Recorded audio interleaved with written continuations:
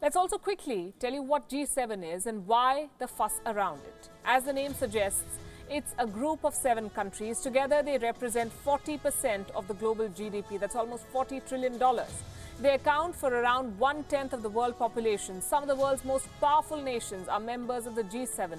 This list includes Canada, France, Germany, Italy, Japan, the United Kingdom, and the United States.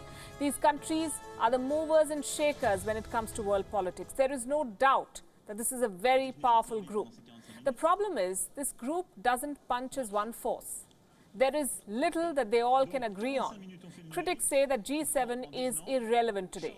G7 calls itself the leader of the world, the representative of the world's leading democracies. But this argument is not watertight. Big democracies like India and Brazil are not part of the group.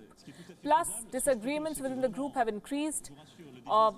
In fact, last year, US President Donald Trump had clashed with the rest on trade and climate change. And this picture from last year, in fact, pretty much sums up the situation. This was in Canada. President Trump had rejected the final communique that other leaders had agreed to. Now, a major disagreement is also over the status of Russia. In 1998, Russia had joined the group, so it became G8, Group of 8. That's how it stayed until 5 years back.